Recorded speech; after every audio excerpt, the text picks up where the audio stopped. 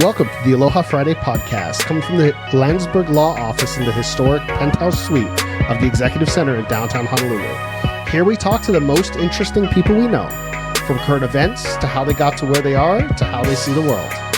And now, your co-hosts of the Aloha Friday podcast, Marcus Landsberg and Naomi Cooper-Christensen. Aloha. And aloha, everybody. Welcome to the Aloha Friday podcast. I'm Marcus Landsberg, and I'm joined today by my co-host, Naomi Cooper-Christensen. How are you, Naomi? I'm doing much better in our wine hour. There you go. So this is first for us in a lot of different ways. Number one, it's the first time we're going to have a panel of guests. Number two, it's our first time wrestling with video. And let's see how it goes. But today's a very special episode because we've all been watching the news, and we've seen what's been going on. We've seen peaceful protests. Honolulu had 10,000 people march on the Capitol. And nationally, we've seen cities burn. Just today in Seattle, we saw one neighborhood has declared itself independent, that it's its own independent country, this neighborhood in Seattle. Ooh, I missed that. Oh, no, it's wild. They have a warlord that they've declared is the leader of this 4-block neighborhood, who's a rapper from Seattle. Wow. And it's not Sir Mix-a-Lot, which is the part that disappoints me. Because anybody I deserves almost their own moved country. there. I mean, I almost moved there if it was Sir Mix-a-Lot. if anyone deserves their own country. And it all comes from one thing, and that's different races, for whatever reason, just don't seem to get each other. So today I've invited a number of friends, and what we're going to do is have what's going to be some kind of, hopefully, a little bit of a voyeuristic look. No holds barred, no topic off limits conversation about what it means to be Black and what it means to be Black in Hawaii. So I'm going to do my best to handle this with the most possible care, but I'm not always the most sensitive person when it comes to this kind of thing. So what we're going to try and do is tell me if I get it wrong, and let's walk through it and let's see what we could do. There's two people. There's Naomi. And then we have two people who are here to join us. The first we have is Ron Betts. Ron is the owner of Rude Boy Rhythms Entertainment and operator of Rude Boy Radio 808. He has 200,000 listeners a month worldwide, and his radio station is dedicated to bringing music, information, and education to all the masses. This show right now is going to be live streamed on Rude Boy 808 TV. And then next to him is my very good friend, Evan Smith. Evans is an attorney at law, has been practicing law in Hawaii for 13 years. He fights hard for his clients' freedom and for their parental rights, doing family law. He does criminal defense. And Evans also lives on the Big Island. So he's joining us right now for the Big Island. So right now in this conversation, we have 3 different islands represented where people live. So I appreciate you two coming to join us today. The reason why we have more than one person is I don't want either of you to consider at all that you're the sole spokesman for all Black people or all Black people in Hawaii. I hope we can have a little bit of disagreement because everyone has a wealth of different experiences. No one here is a politician. No one's a fundraiser. I'm not calling you to be the spokesman for any organization. But what I am looking for is to get your real, honest opinions and your real, honest experiences. And hopefully we can get through to that. I do want to say at the beginning, I regret that I wasn't able to invite any women of color or African-American women to be on the panel. And I think that reflects me maybe and how I live my life as opposed to who agreed to be here or who we have. Let's wrestle with that maybe if we get to do it again at a different time period. But let me start at the beginning. Ron, let me start with you. What's it like being Black that we don't know? Being Black in general or being Black in Hawaii?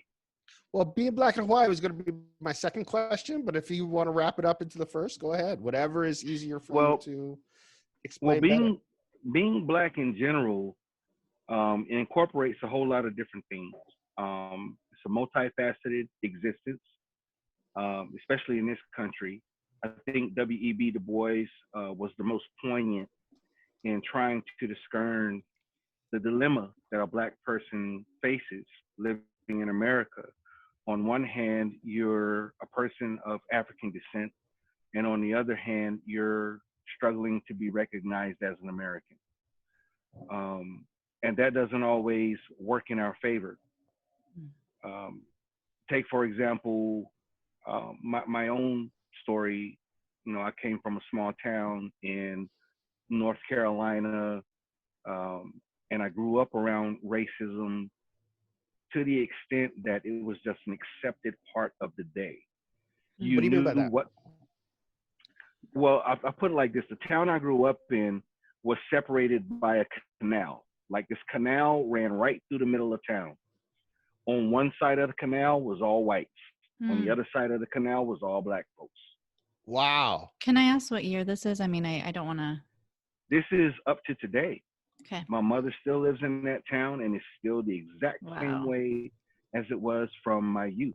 Wow. So we knew not to venture to the other side of the canal, and we never saw white folks really on our side of the canal.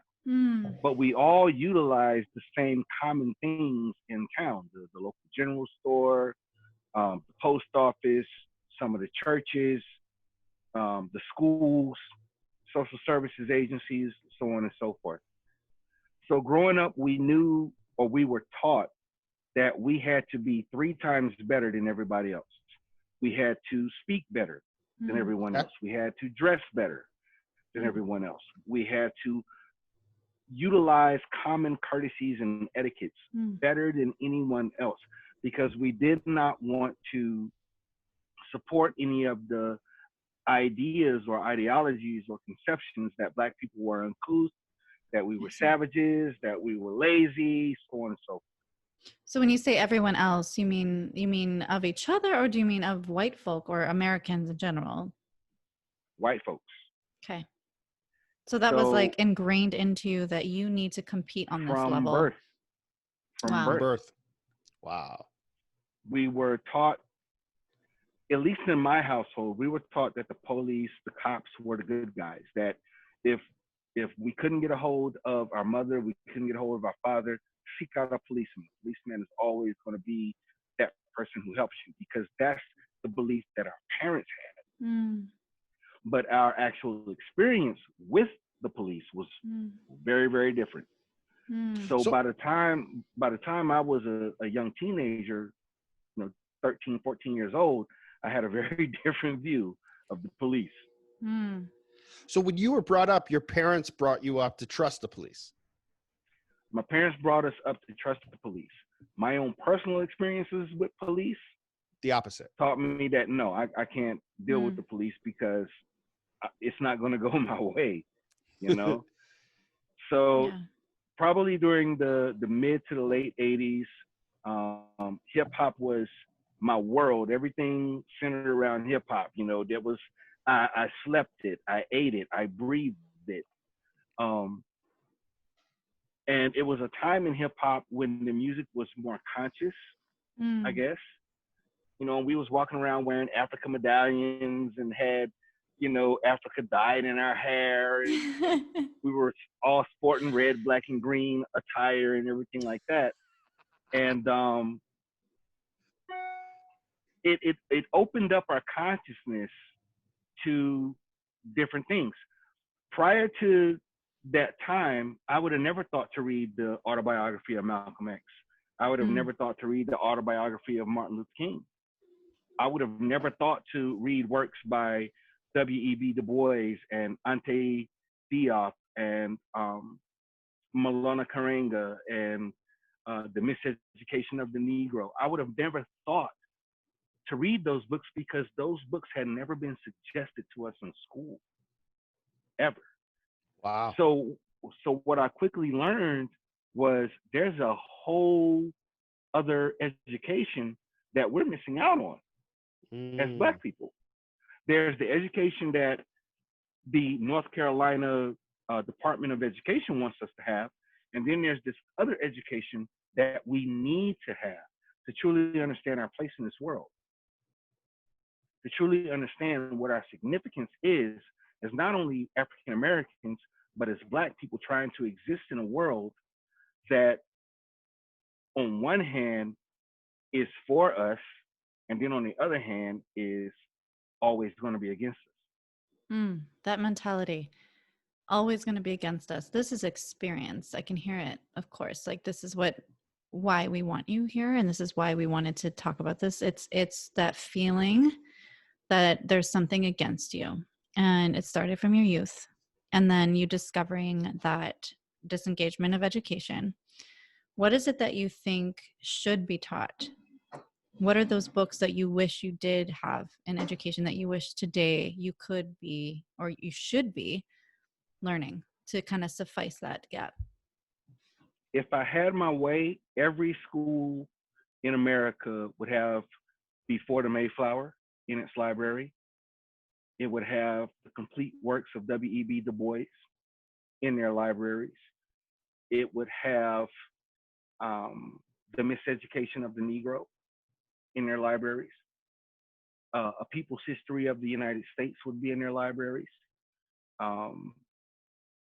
And so many others that, I could probably sit here all night naming off.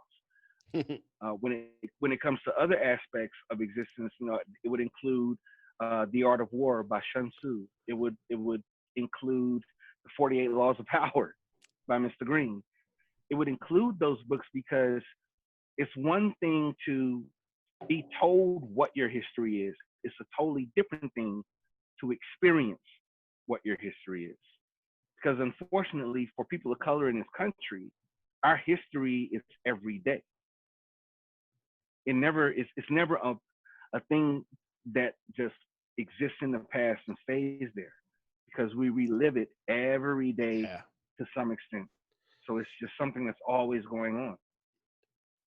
If it's okay, let me ask Evans too, because Evans is sitting and waiting patiently, and just jump in. Don't feel like you gotta wait patiently, although I don't want to knock Mr. Betts off his rail, because when he's going, I want to hear the knowledge. I want to hear the jewels to get dropped. Evans, what do you think? Is there something that it's like being Black that we don't know, that just we don't get? Well, first of all, my man's got it wired. I'm just going to try to just sprinkle a little something on what he's saying. Bottom line is, I kind of feel like all has been revealed lately. What do you mean? So the George Floyd video, which in all honesty, I haven't actually watched. I just watched a screenshot because I can't do it, right? Like, Same. see the can I say I've gotten through about 3 to 5 seconds of it, and I can't watch it either. I know the way it ends. I don't need to see the ending. I mean, I think you put it best in a conversation we had. And forgive me, but it basically is a snuff film. Yeah. We're watching somebody die, but all has been revealed, man. At this point, it took a video clear as a bell, not subject to interpretation, for everybody to see 2020, what we have known for a very long time. And I would throw out there, one thought that's kind of crossed my mind, and not that it was my original thought. Al Franken, former Senator Al Franken, came up with this. He just kind of said, well, what was going on before we had crystal clear video? What was going on before we had digital? How many guys are, lived full lives, had great grandchildren, and never saw the inside of bars because we didn't have video? And then even when we had video, it took a brave person to keep taking that video. Somebody to basically look in the face of the cops, in particular Chauvin, or whatever his name is, with his wry smile, knees in the fella's neck, both hands in his pockets, looking up at people as they beg him to stop. Yeah. So anyway, to me, it's sort of like we're there to where everybody knows. I don't think there's any secrets left. I think it's about the details. And so what Mr. Betts is talking about is the details of what it actually means. It's not just platitudes on a page, but actual people's lives. I want to know about you, though. Like, he said something very clear that his education he didn't feel was adequate. So in your personal experiences, what are some things that you can, let us feel with you? I want to feel what it was like in childhood or the mentalities that you adapted.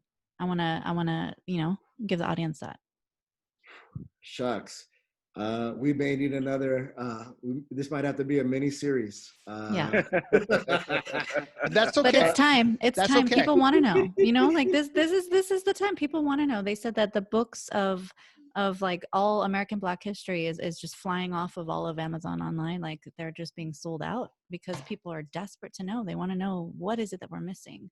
What is this gap that we don't know, that we messed up this bad that it's gotten this far? So what did it feel like? Like, what are some mentalities that the rest of the world just, didn't know or just like ignored? You feel like you're on thin ice, like all the time. Wow. That, just at a moment's notice, it all can just turn on you. How so? Can you describe some moments? Like, are there things that, I'm just saying from experience, I had friends, right, who, as a mom, because I have kids, other moms had kids, and they were teaching their kids, don't be in those places. Just don't be there, because it doesn't matter. You're a good kid. I raised you. And these are my friends' kids. Of course I trust them. Of course I know that they're great kids, but they're being taught different things than my kids. They're being taught, you cannot stand in that area or be in this place at that time, because the fact that you're there, you'll get put into jail when you're 16. Is that true? So I personally haven't had, that experience of kind of getting swept up, guilt by association kind of thing. I grew up in San Antonio, Texas, and it was more just like every move you make is furtive. Just you could just wave to a cop. And I actually had this experience. I just waved to a cop as I was driving by him, and he pulled me over, and he's just like, "Why are you smiling?" kind of thing. So, it wasn't a really big deal. I didn't get a ticket or anything, but that's the sort of thing that can just happen, like, boom. And you wave just to be like, it's a cop and we're happy and everyone's fine? How you doing? Right. Yeah. We just wanted to make sure you're doing okay, Mr. Smith. Wow. It definitely is something that's everywhere you go. You go to the store, and that's no joke. Like, you really do have eyes on you, whether it be prevention agents or whatever, from the minute you go through. And you could be nice like my man. You got the chain. You can be fly, right? The nicely manicured goatee like my man, and they still are shadowing you. Like, oh no, I'm a drug dealer in North Carolina with this one, automatically. Well, I mean, at least you're making money. I mean, No, as far as if it's a police officer observing me, if I walked into the corner store on Coliseum Boulevard in Greensboro, North Carolina, they would be on me as soon as I get out my car. Just because of how you're dressed? He's driving a nice car. He's got all these chains on and all these rings on. He's well manicured. He must be dealing dope. Okay. And but I'm going to get pulled over before I get home. Here you don't get that? No. Okay. So is that part of, I mean, do you think that's part of why Hawaii has been your home, is because of that difference of how you're treated? Just you can play that a little bit more? That's precisely why Hawaii's been my home for the last 26 years. In Hawaii, at least I'm not getting called nigga every day. Yeah. I'm not getting pulled over by the police every day. Here it's opposite. I don't have to worry that if the police do pull me over, I'm gonna die. I don't have to worry about that. So 26 years ago, it was every day or frequently people were calling you 26 the N-word? years ago, trust me.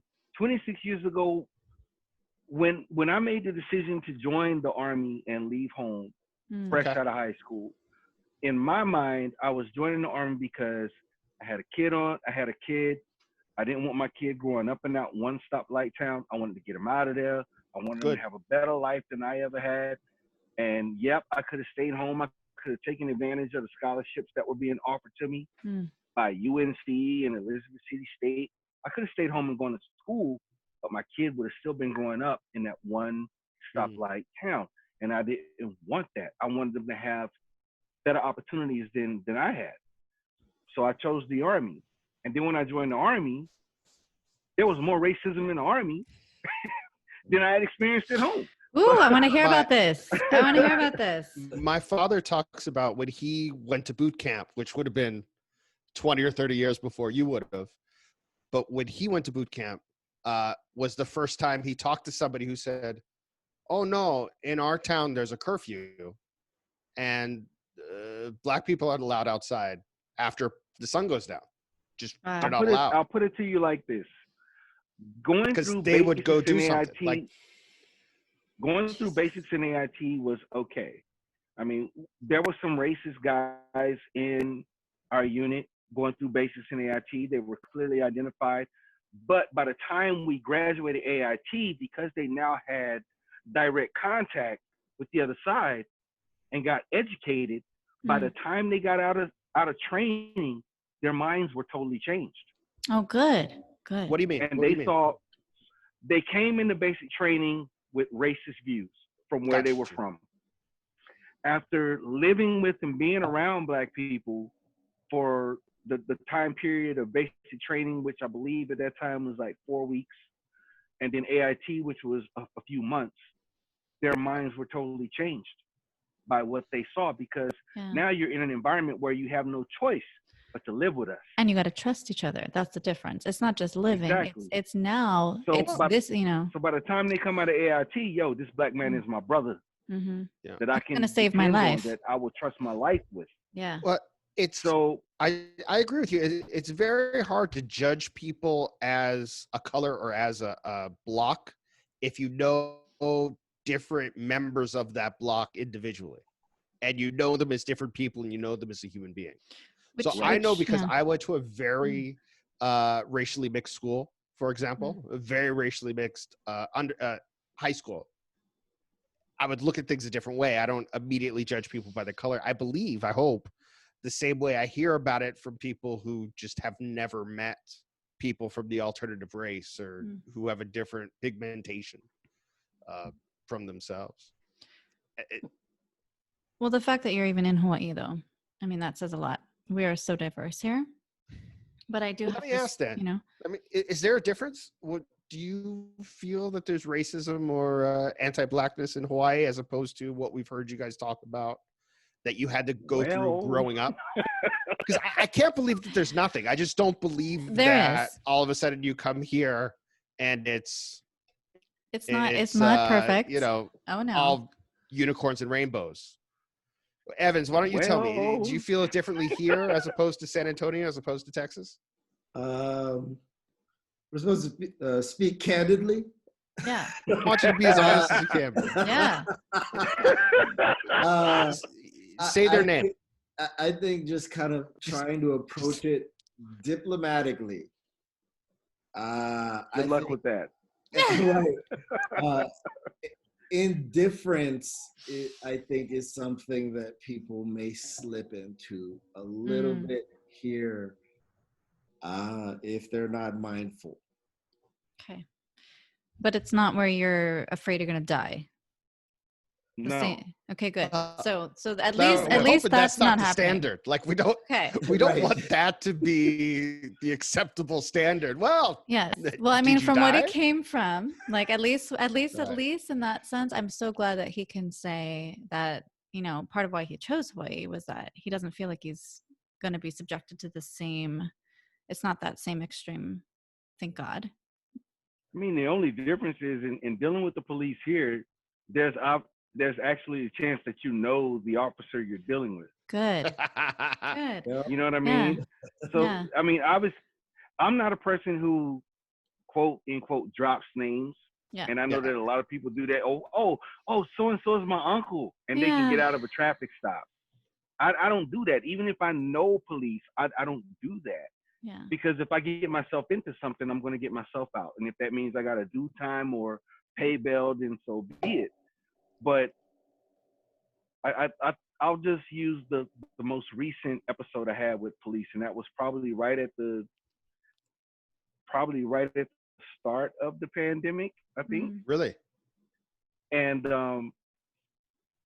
we're all working from home now, and the computer that I was using to work from home with, it had some problems. But I was like, okay, if I go to the office real quick, I can grab my laptop from the office, and I'll be ready to go in the morning. So I shoot downtown to our office, grab my laptop, and as I'm coming back into Pro City, boom, they got a roadblock set up. And they're like, where are you coming from? Where are you going? I'm like, what? Wow. But while they've got me pulled over, I'm watching all these local dudes get stopped. Oh, One dude was obviously drunk, and they still waved them through. And I'm like, okay, so why am I being pulled over when that dude was obviously drunk, obviously tore down, and y'all let him go? Why am I still sitting on the side of the road? Because they had questions about my license, as right now I have a conditional license. I see. For a whole totally unrelated reason. And they wound up giving me a ticket. And I'm like, so you'll give me a ticket because you don't understand my conditional license, because according to the police on the scene, I never seen one in real life. What the hell you mean you never seen one in real life? You're a cop. Okay, give me my ticket. I got a court date. Okay, yeah, this is going to get wiped out by my lawyer. I ain't even tripping. Yeah. But what I was tripping about was y'all had a dude in your roadblock who was obviously drunk. I'm so sorry. Behind the wheel. Yeah. And y'all let him go. Yeah. How does that work? Well, he wasn't drunk. How do you know? Did you do a sobriety test? Right. Did you have a period of observation? Right. And that's how I got out of a different situation. So whenever it suits you guys, you can obviously see that someone's under the influence. But if you know them, they auntie, they uncle, that brother, the kind. Yeah. No, they're not drunk. They weren't drunk. Yeah. We know who that is, and they're okay. Bull. So that's kind of, it's whatever. That's kind of where I wanted to pull this was, how did you feel in Hawaii? I mean, obviously there is racism, but in my experience, it's definitely not so much dark skin. It's opposite. I feel like they don't see it as racism. They see it as taking care.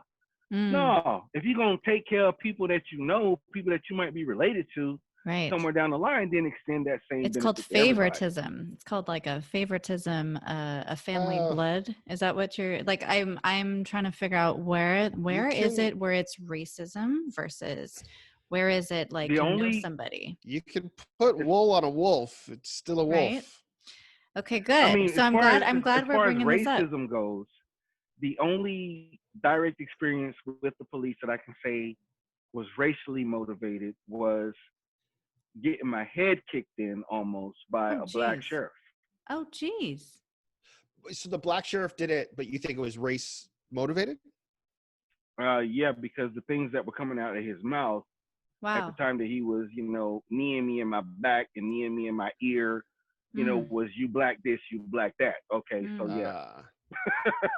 So that is where I feel like this is really kind of the interesting twist, is that do you feel that people are, like what you said, the competition, the putting the shame, that allows them to do that to each other? Like, is that what you're seeing is happening, or is this a normal thing? Do you see that you're taught to degrade yourselves instead of bond together in that sense, like what you just experienced? You would think that somebody that was the own color would be equally, wouldn't say those things. You think that nobody would say that to someone of their own kind, but then you're saying that, but you're saying this is happening. No.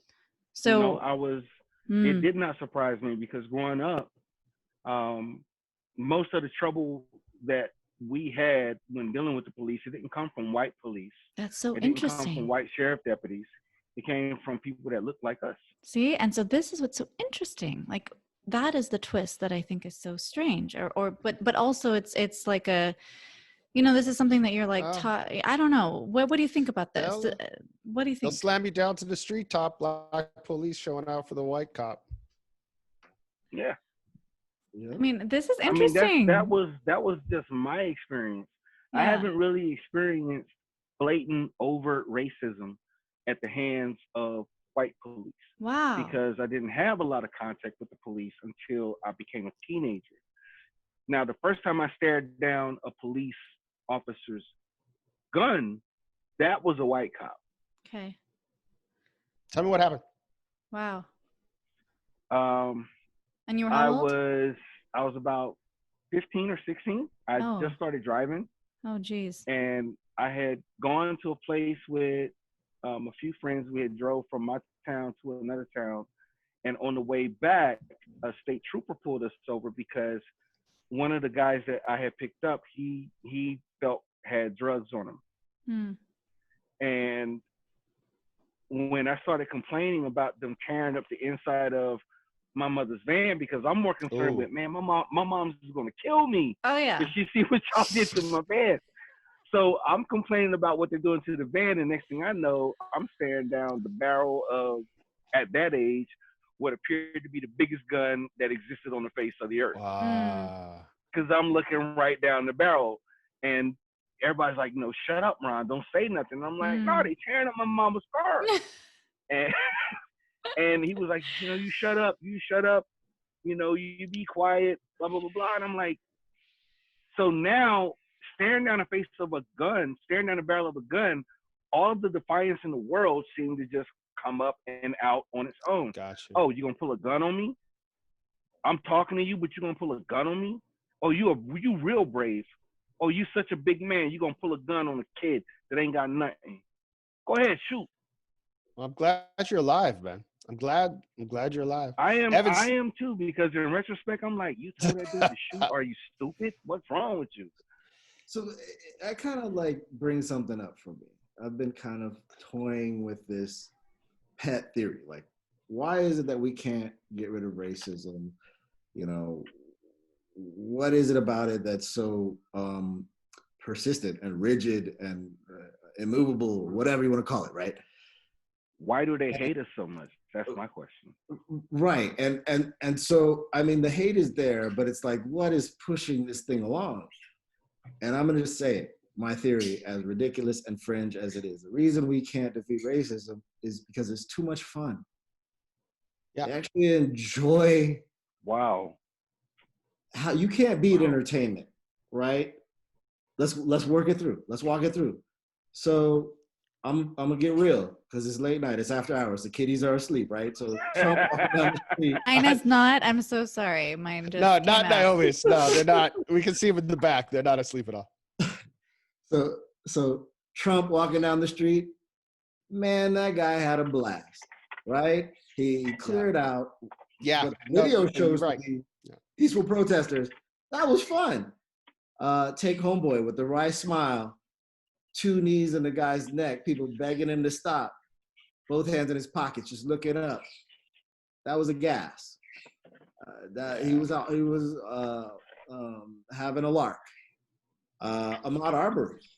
Now that one, I mean, this is no question. They literally hunted the guy. That was hellacious fun for them. The most dangerous game.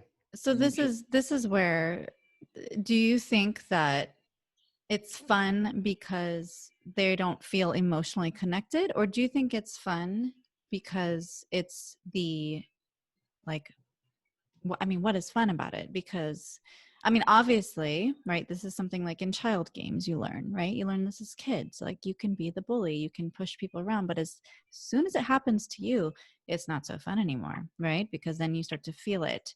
So do you think that this is the same thing? Do you think that that is what needs to happen? Because I feel like that sometimes does happen, right? Like, there has been vengeance that does happen. It just doesn't make it to the news.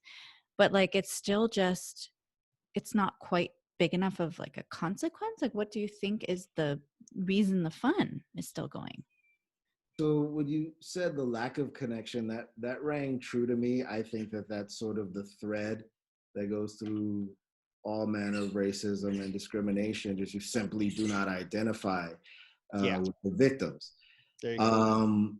And we can kind of see that in so many different contexts, but that really doesn't encapsulate this thing, this sort of intangible human thing. And the best way I could describe it is typically like, the kid in your neighborhood that shoots squirrels with a pellet gun. Just total lack of empathy for the squirrels. But at the same time, it's like grown people could be standing right next to the kid while he's doing it and never call him on it. So, I mean, that's another thing about racism. It's very user-friendly. So easy, a 10-year-old can do it. And do it without repercussions. Frankly, let's be real, it is America's pastime. Football is America's sport, but racism is America's pastime. And you see people at all levels of all intellectual capabilities, expressing it in meaningful ways. But at the end of the day, when they make these glib comments, I think I read something like a senator said, if this whole George Floyd thing wasn't in the news, I wouldn't even care. And he just got caught on a hot mic. Wow. So you Google that. I mean, I don't know what senator it was, but it's basically like, well, I bet that was pretty fun to say. You felt the need to say it. You thought somebody might get a laugh out of it. And so that's sort of like, I'm not saying I'm 100% right. I hope that history proves me wrong.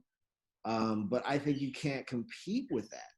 You can't compete with something that brings people joy, tells them the hierarchy, no matter how low you are in life, at least you ain't black. So that is hard to beat. Naomi, did you guys get a bird over there? It sounds like you guys have a bird. I muted myself. Somebody else somebody has a bird. That's my bird. Do you actually have a bird? I may have to. He just blamed me, No, I generally just blame Naomi for whatever's going on.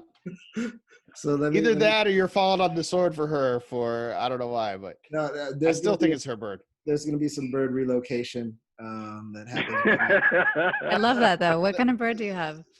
It is a lovebird. Oh, so cute. Evans, let me ask you this. I think too, let me ask you. Be going ballistic all the time. So okay, I'm gonna take care of the bird thing. I'll be right back. All right, you take. Well, let me ask Mr. Betts. All right. Why do you think America seems to be ready to listen now when they weren't ready at the same time when Ferguson happened, or they weren't ready in '92 during Rodney King? Or do you think they're not ready to listen and this is just the latest fad that's going to blow over? Because it sure seems to me different now. But what do you think? I think America, the people, are just fed up on both sides of the table. For those that it directly affects, we are tired of this type of thing happening and nothing being done about it. On the other side of the table, they're just as equally tired of seeing it happen and there's nothing being done about it because they're tired of being vilified for the lack of action on the part of America, the government. So you have white people or people who are seen as the other side of this, tired of being typecast, and in a way experiencing what Black people and people of color have experienced, during their entire existence in this country. They're tired of being typecast because of the mistakes of others. That makes sense. So now they're standing up and saying, damn it, do something about this because we are sick and tired of being called racist. We are sick and tired of being people who support systemic racism in this country because you folks that we elected and put into positions of power won't get off your asses and do something about it. Evans, let me ask you the same question. What I just asked Ron is, why do you think, if you do, America seems to be ready to act or listen this time when they didn't seem to do the same thing when it happened in Ferguson, for example, or in 92 when the first time we saw the Rodney King video, when white people learned, wait, that really happens? You're not just complaining about nothing? Why does to me, it seems different this time. Do you think it's different, or do you think it's just the latest fad and it will blow over and it's the same thing in a different way, if that makes sense? So I think of it this way. There's no real plausible deniability in the George Floyd video, which makes it very different than the other videos. While I look at it and I say there's no plausible deniability, you look at Eric Garner, and I believe that fella remained on the police force until the Democratic presidential debate. The candidates debated, and de Blasio got called out by Kamala Harris. And then so 5 years later, this cop got fired because de Blasio got called out on national television. Is that right? Is that what happened? Is that how it went down? That's how it went down. So, wow. So that's the first cop Kamala Harris ever went after. Well, take it easy, because I'm still hoping she'll be the VP. Fingers crossed. Come on. You could do it. So I think that, the lack of plausible deniability, the lack of a story that some people can buy. I mean, you got to think about it, though. Even here in the state of Hawaii, the Aloha State, where, there's so much pride being demonstrated for our police officers here. And I have cops in my Hanai family. I have police officers who are longtime friends, but even they will tell you that all of their brothers and sisters aren't perfect, and so on and so forth. But like I had a conversation with one of my cop friends recently, and he was like, do you think that all of us are bad? I was like, I think that if you stand by in silence, knowing that other people in uniform are doing bad things and you don't say anything about it, that makes you as bad as they are. You have a duty to intervene. You have a duty to say something. This Chauvin thing, this Floyd Chauvin thing, this is the first time I feel like I've really seen police come out and go, no, he's not going to be one of us. Yeah. We're not with that. Everything else you complain, whatever. This one, no. Yeah. Is that fair? Because it's election season. Just like people are focused on electing a president, there are other elections that people also need to pay close attention to, as far as who's going to be our next prosecutor, who's going to be our next attorney general, who's going to be the next judge, who's going to be the next prosecutor. We need to start, as a community, we need to start paying close attention to those elections as well. That's why your education comment was so crucial, because we don't know. We're not well, taught that. And what you said, you're not taught that. Okay. And I've heard that not just from, because I'm from here, yes, we totally know, we grew up with, yes, there is racism, and yes, this is what happened, the suppression. But I grew up in Maui where we didn't see that happen among our fellow youth, because at my generation, there was hardly any Black people here that we could even see that comparison. Have you seen the choices we have for our next mayor on Oahu? But in Oahu, when I moved to Oahu, I was so shocked, because then for the first time, a whole bunch of military, I experienced like, oh, this is what the Black-white racism is. I had never seen that before. When I was growing up in Maui, it was actually different, where the whiter skin you were, you actually got a lot more shit, because you wanted to be a local. Like, if you didn't have Asian eyes or you didn't have dark skin, you didn't have bushy hair, or you didn't have any Hawaiian in your blood, you were actually treated more like, oh, you fucking haole tourist. It wasn't. It was opposite. And that's what we experience as Black people in Hawaii. I have, let's face it. I was a wild dude for a minute over here because I I'd don't never blame been in you. a place where there were so You many can't beautiful women. So you And they're can't all on the I wait. got beach, kids like in who are Filipino. bikinis. You Yeah. can't wait till No, the end of just my in show to general. start talking about how you're a wild dude. Oh, You No, got to I'm just lead saying. with I'm that. just saying. yeah. I'm That's just what I want to saying. hear. I Forget mean, the that's a rest. Start over. compliment. That's a compliment. The girls here are gorgeous. That's what I want to Yes. hear. I'm just saying. I have children who are Filipino, who are Samoan, who Mm. are local mixed. You love But all it races, you see? it wasn't. I didn't have an issue with dealing with the women. It was the women's families. In the Interesting. Filipino family, obviously I'm dark skinned. They had an issue with that because I'm Yeah. not white. Really? In Oh, the yeah, Samoan family, it was the Ah, same thing. Oh, they had an issue interesting. with me because all black guys are players.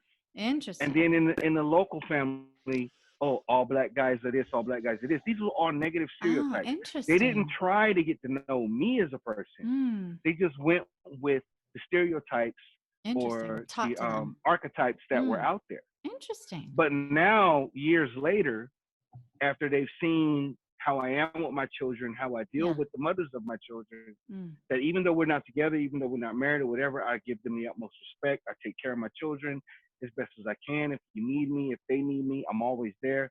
Now their attitudes have changed, but mm. in the back of my mind, I'm like, why wasn't I given that opportunity from the jump? Interesting. That's so Well, interesting. But that was I- in Oahu. That wasn't Outer Island. No, that was on Oahu. Okay. Because that was the only time that I well, experienced that racism was in Oahu. I had never seen that in Outer Island until I got there. Now I'm curious, what if you can expound on that? What type of racism did you experience? So, okay. I grew up in upcountry, which is very open-minded and spiritual. And I mean, barefoot, I was telling in my other episode, like we, hitchhiked and my mom picked up strangers. We didn't lock doors. Everyone was very kind, and it's a small town and everyone knows each other. So even if you did try to pull something, like people hear about it and somebody's going to call your mom. And people just generally were much softer. They didn't do the kind of things I had seen in a big city. When I moved to Oahu, I had just turned 16 and I went to Kalaheo, which it's actually a really good school. I have nothing against it, but it was the first time that I had ever seen like an actual segregated group of race. I mean, there was a building they called Africa because that's where all the black kids hung out together who were from Wow. military.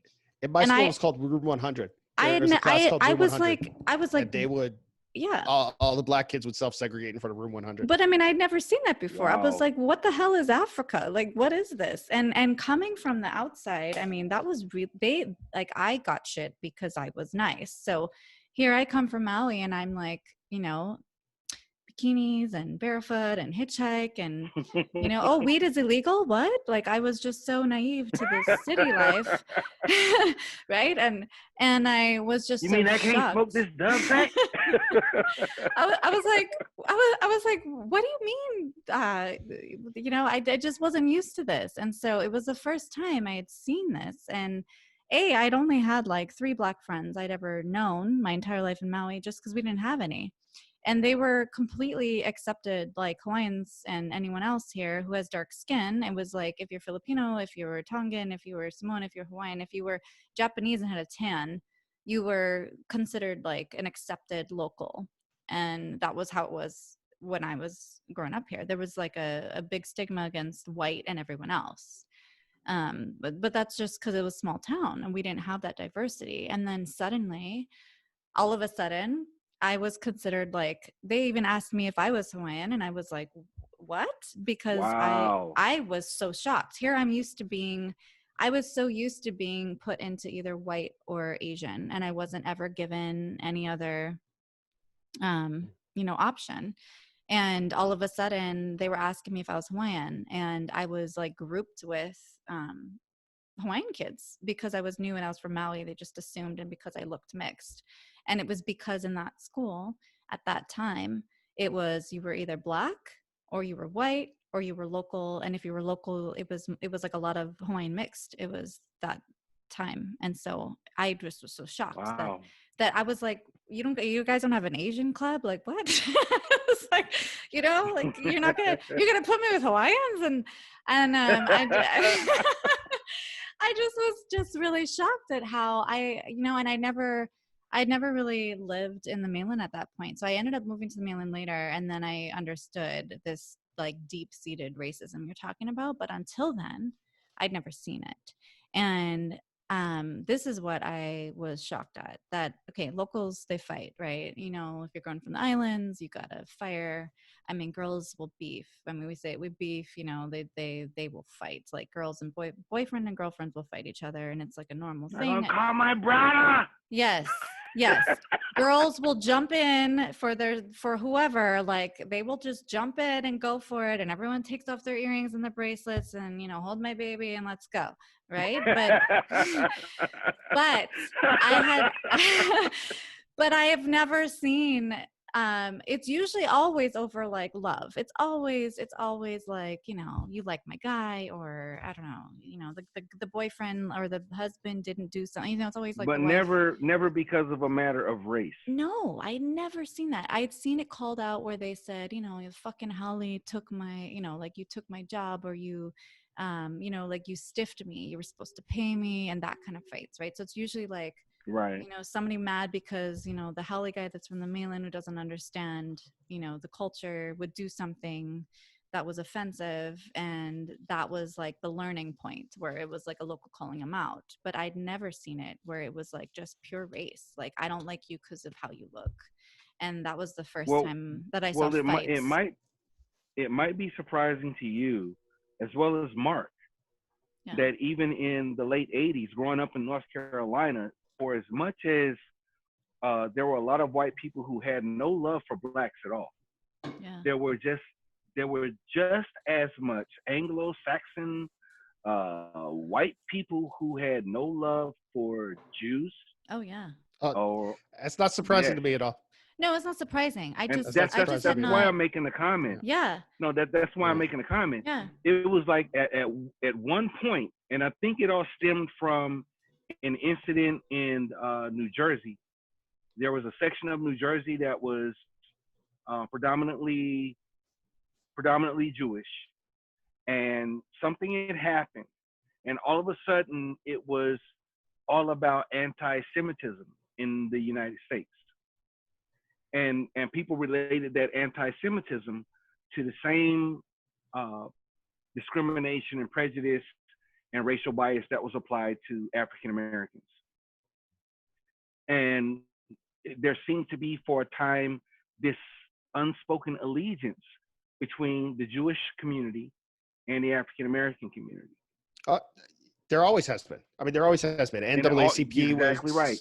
Always right. Thurgood Marshall was always coached by Jews who had gone through, I don't want to say the same thing, but as far as being kept out of the legal profession, for example, being kept out of law schools, right, being kept out of law school, out of real estate, out of business, real estate, you name it. Real estate was the exact one where it was usually, and then what would happen is they'd let the Jews in because at least we could still keep out the blacks, like Evan was saying earlier. Well, at least we can still discriminate against the blacks. We still have that. But Goldstein can join the country club, just only Goldstein. None of his friends. He can join. It's amazing. I was going to ask you about dating. So because I'm the only chick here, I just think that this is a really crucial point, is that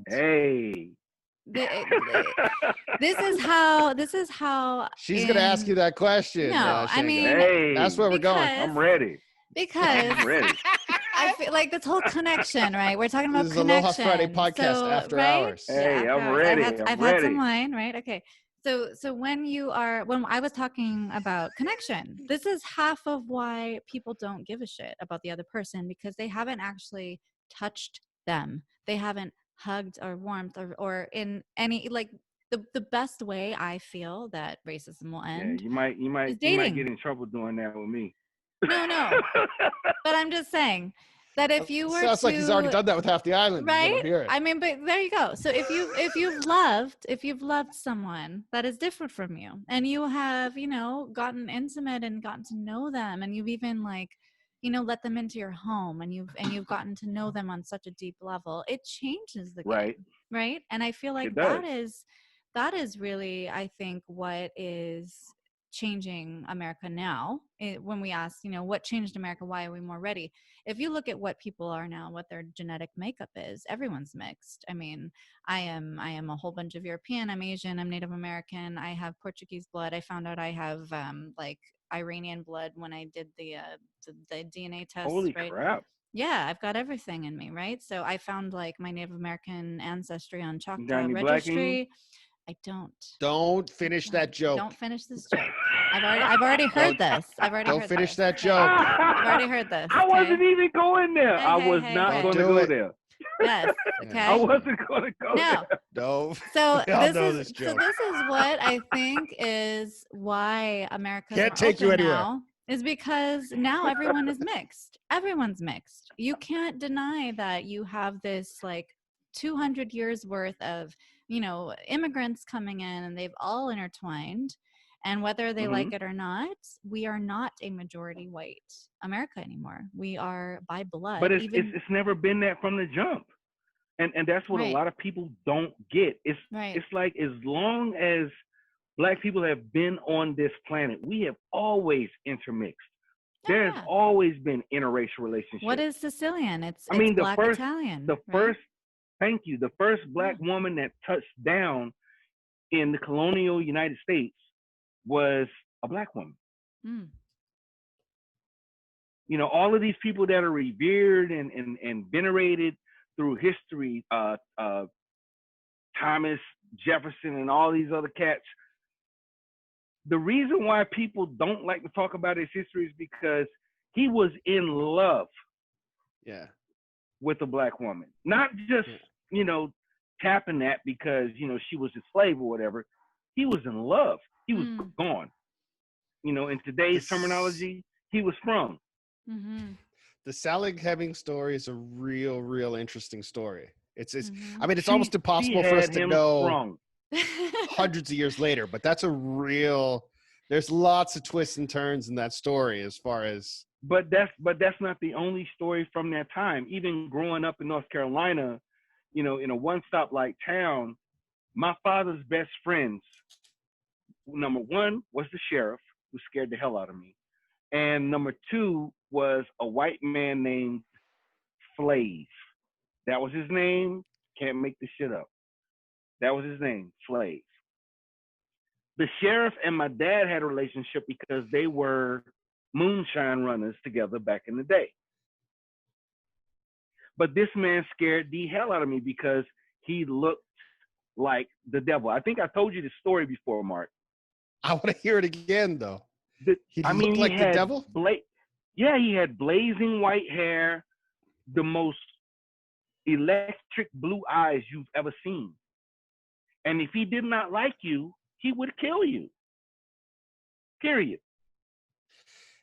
If he didn't like you and he felt like you didn't need to be here no more, period. Mark, if you were practicing law in our town and he felt like you were disrupting the social fabric of the town and you needed to go, he would come up with a reason why you needed to die, blow your brains out, and then come up with a reason to justify it. When you say sheriff, he was the actual sheriff of the town? He was the actual sheriff. And he was also the biggest dope dealer, the biggest pimp that North Carolina had ever seen. Okay. And he was my father's best friend. Well, so keep growing him up on around your good side. I think that's the way to. No, I mean they caught him, and he wound up doing federal time and all kinds of other stuff. I'm thoroughly impressed that they caught him.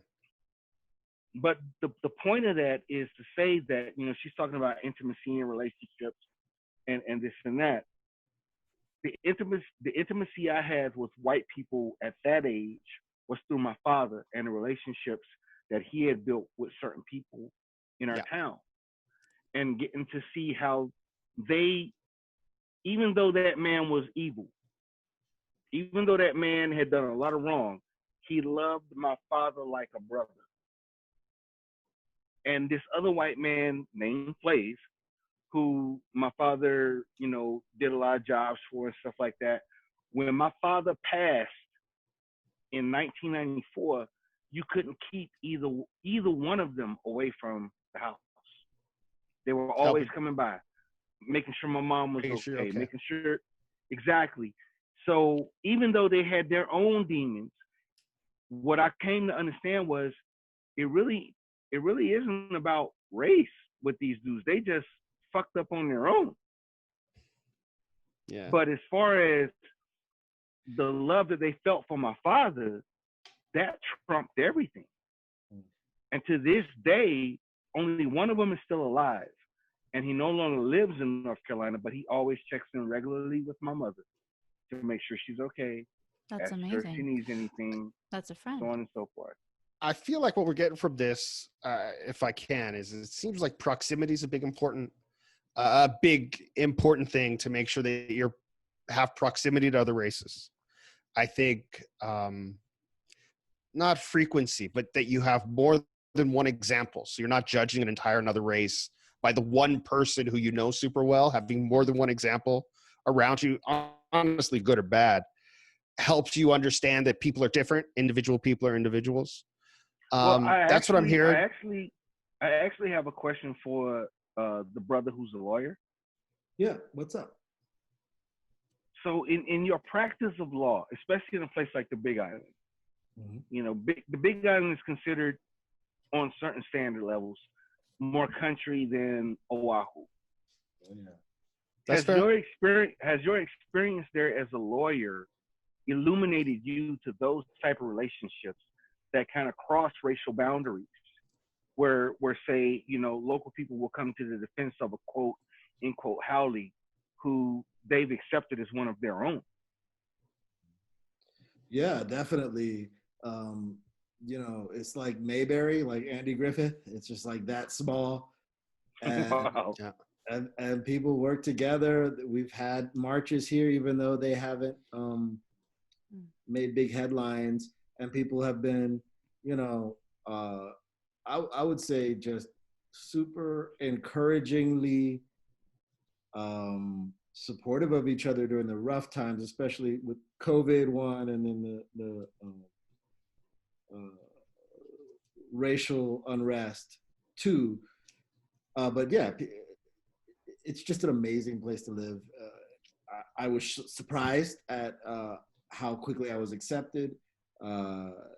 Yeah, and you know, Coconut Wireless is awesome. So if I do something good, like everybody knows about it, right? But on the flip side of that, right? If I do something bad, right? So it also kind of keeps me on my best behavior. I would say Big Island's the jam. Definitely, if you get a chance to visit, you know, after the quarantine, holler at me. I'm here. But yeah, definitely a beautiful place. Definitely supportive people. Unlike any place I've ever lived, but yes, there's still the kind of veil of ignorance. I think, you know, we didn't even hear about George Floyd in our news for a while. Really? It was like this long Wow. delay, and I talked to some other Black people I know out here, and I was like, "Oh, did you hear about this? No, it's not in our newspaper at all." Yeah, that's like my time growing up, I think, is where Big Island is now. Like that, it's so little that it didn't even register, right? Right. Yes. Right. So And there's like a delay too in general with stuff getting to Big Island. So like there's still dudes with mullets and wearing Jordache jeans and stuff. Like you're 20 years still. Yeah. So, okay, we've been going about an hour long, and I don't want us to go much longer than that, but let's leave with a final question, if that's okay. Okay. If we want to support, and by we, I mean white people or people who want to be righteous, non-Black people who want to do the right thing. If we want to support, what can we do? What do we do to help erase racism, or to get everybody back on the same page, to make sure that the struggles African Americans have to go through are not more than the struggles that other races seem to have to go through only because of the color of your skin, for example? What can we do? What's the right next step? Is it just putting a black square on my Instagram feed? No. Is it Vote. should I call? I think I differently. sent Evans a text message and said, "Hey, how you doing?" Which is a weird thing to do. I'm obviously sending it to you because you're Black, but at the same time, I'm doing it because you're black and I want to make sure you're okay. So like, what do we do? So I'm wrestling with this. Like, do I let you know that I put you in the black category? Like, do I text you, hey, are you okay? Meaning, hey, you're in this category, or do I do it because I'm concerned about you? So those kind of things. That's my question. That's a long way to say, what do I do? How am I righteous? I agree with Mr. Betts. Vote for Biden. We can pretty much handle the rest. That's clear. Why you start laughing, bro? He's laughing because anybody who thinks votes are counted is funny. That's what he's laughing. No. What I actually said was vote differently. You know, instead of voting for people who are pushing and supporting agendas that are detrimental to the advancement of people of color in this country, vote differently. I mean, look what happened. Look at the president we have. People voted for Trump simply due to the fact they didn't want Hillary Clinton in office. I also think that's why voted Trump for Trump is in because we office. were doing so well. Well, I also think because we were doing so well after Obama. I think both Trump and the last Bush, a lot of people voted because we were doing so well. Because we were doing well, and I don't mean just race, I mean in generally, a lot of people who felt good said, well, I don't have to vote because everything's working fine, right? It's like you don't have to steer the car if you're not going to change direction. The black community was telling people like, do y'all know who this dude is and y'all voting for this dude? Have y'all not been paying attention to this dude's history? See, the black community, we knew how corrupt Trump was. We knew what he had been doing. Yeah. So besides votes... Since the Central Park 5, we knew who Trump was. Yes. But even besides votes, I think what people don't understand is that your money is your vote. Where you put your money, where you're spending. Yeah, where are you putting your money at? You know? If you really want change, vote differently, spend differently. Mm-hmm. If you really want to do something for us, do that. Instead of spending your money at stores who are supported by corporations who are funneling money into Trump's presidential campaign fund. And education. Spend your money differently. Yeah. Don't just keep walking through this life with blinders on, thinking that, well, I'm not racist because I don't support that person's politics. Well, depending on where you shop and what you invest in, you are supporting their politics. Mm-hmm. And that's what your education and that's the real of it. Is so key. What you were talking about, education, right? When you understand how the system is working and you understand that what you're spending or where you're going or what you're doing in your life is actually sending a message or supporting a cause, right? It changes the game. I just still don't see how you experience racism because you're so damn fine. I don't understand how people would look at that and want to discriminate against that. But it's a reality check that no matter how beautiful you are, no matter how poignant you are, no matter how astute you are, no matter how you're a lawyer and you still experience it. Yeah. Both of you guys, you are lawyers and you still experience it. So I'm for a guy lawyer, like me, thank who you. I'm just saying, you meant us too. Okay, yes, I'm just saying, no matter what you think would insulate the person from experiencing that, racism permeates all types of armor. Yes. Beauty, legal status, occupation, community status, it permeates all of that. It does not care. It don't care how fine you are. It don't care that Mark's a lawyer. It don't care that the other brother's a lawyer. It can still get into you. And I've shared on this show. I've shared on the show previously that I've had experience, for example, where someone wanted to check to see if I had horns because I was Jewish. What the hell? Wow. Because he was taught, he had never met a Jew before, and he was taught the Jews had horns. And he came over and gave me one of these on my head, and I didn't know what it was. And that's like Japanese women. When I was dating a lot of Japanese women, they were taught that we had tails like monkeys. They were taught you had tails? And a Japanese woman asked me, "Oh, can I see your tail?" I mean, at least she wanted to see it. I know. Yeah, I got a tail for you though. So I want to thank you both for joining me on the Aloha Friday podcast. Thank you guys for coming through. Rod Batch, you can find him at is it RudeBoyRadio808.com and Rude Boy Rhythms Entertainment.